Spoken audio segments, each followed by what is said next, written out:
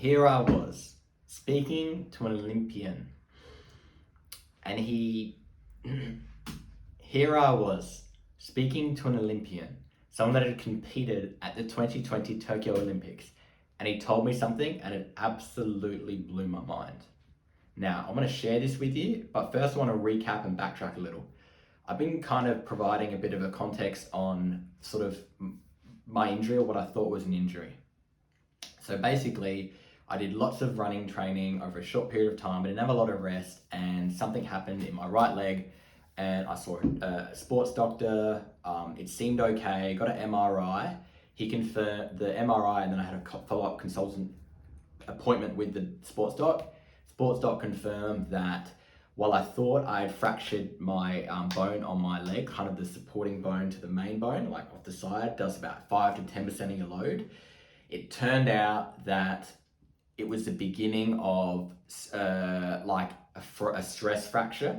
It was kind of initially, the bone was being irritated. It was kind of getting not inflamed, but it was kind of dealing with some stuff. And that was kind of the starting point. If I continued down that path of just continually running, not resting, and not addressing this, I would actually get a stress fracture. And kind of, I was at a point where, well, okay, I want to get back into running, but how do I do this in a way that's not going to injure myself? That's where I was recommended to go to a podiatrist.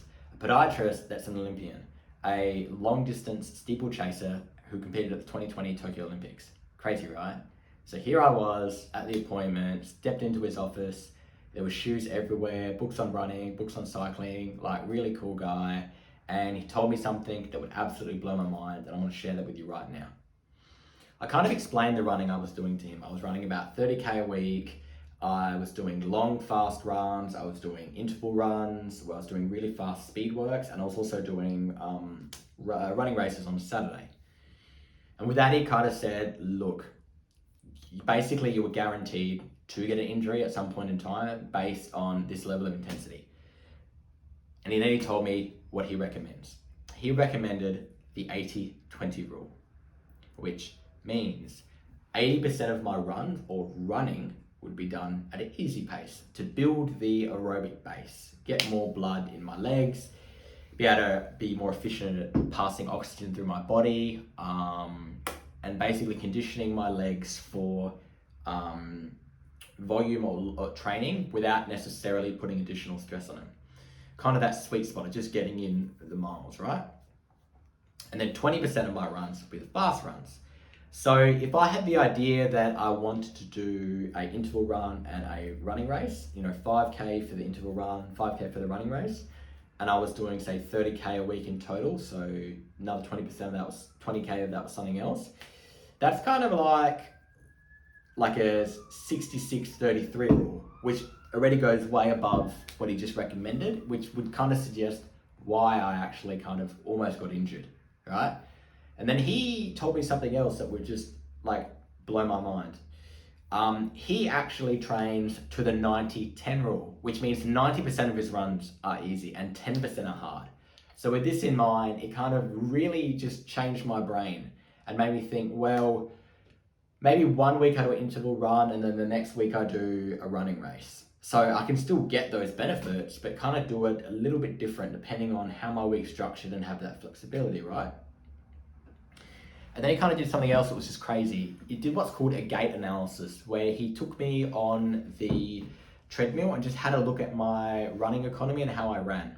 Because I explained to him, I would like to run 5K to 20 minutes, 19 and 18 and 17 minutes and so on and so forth. But I wanted to do it in a way that would not result in me getting injured, right? So he kind of explained the whole picture. And starting with that, he had to look at how I ran. So he looked at me running in two scenarios. He looked at me running at speed, my race speed, which is just under 4 minutes. It's quite fast, right? And he was quite impressed with how that looked biomechanically. Everything ticked the box, right? So that was good. So it kind of suggested that I'm not necessarily at a point of risking injury when I'm doing the run from a biomechanical point of view, which is good. But then he had a look at me running at a slower pace. And this is really interesting, where he discovered something, and I'm going to share with you, and it's just going to make things so much easier if you kind of want to run or are going on your running journey and kind of figuring out, well, how to kind of go about this. It turned out that the way that I was running was I was kind of forcing myself mentally to land more on my toes opposed to the midfoot. And this was putting additional stress on the areas below my knee, which is exactly where I got the injury, right?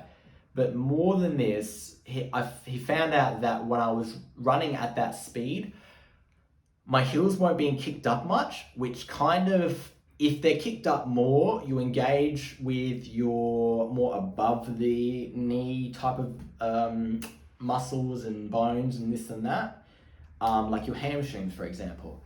So I wasn't really engaging with those, which meant a lot of the impact and pressure was again localized to below my knee, right?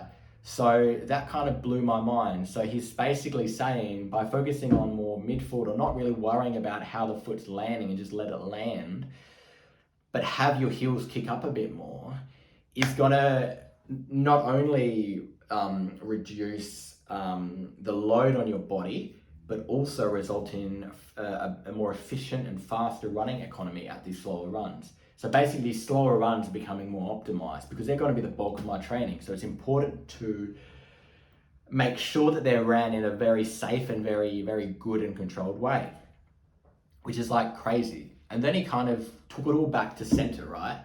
He kind of explained the equation for getting injured. Well, in terms of what he recommended, he said that you've got to kind of have on the top end of the equation, you've got to consider like the intensity multiplied by the load, which is like the pressure on your body from a biomechanical point of view of what you're doing, divided by recovery.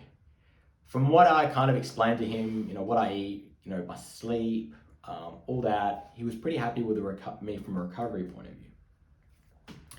But from an intensity point of view and load, we'd kind of addressed that through following the 80-20 rule.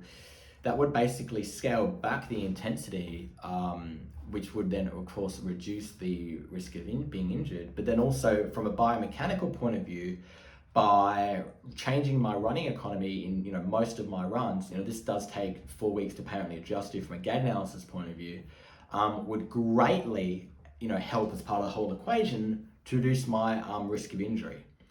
Now, all of this I had to learn through my own faults and had to fork out some money to do so.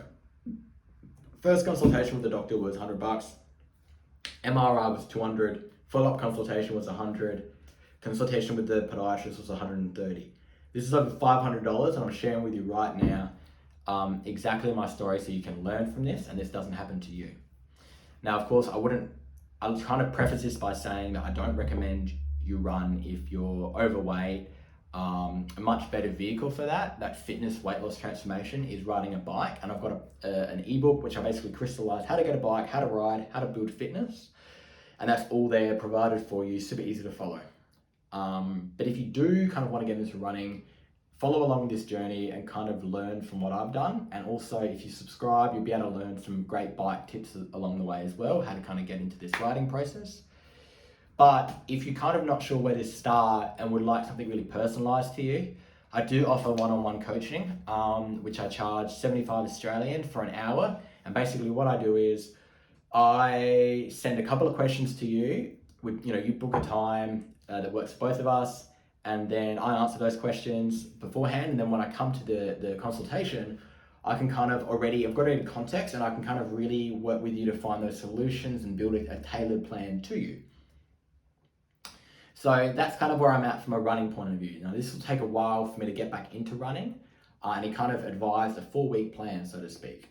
So I want to do that and kind of work on it and let you know how I go in that process. So.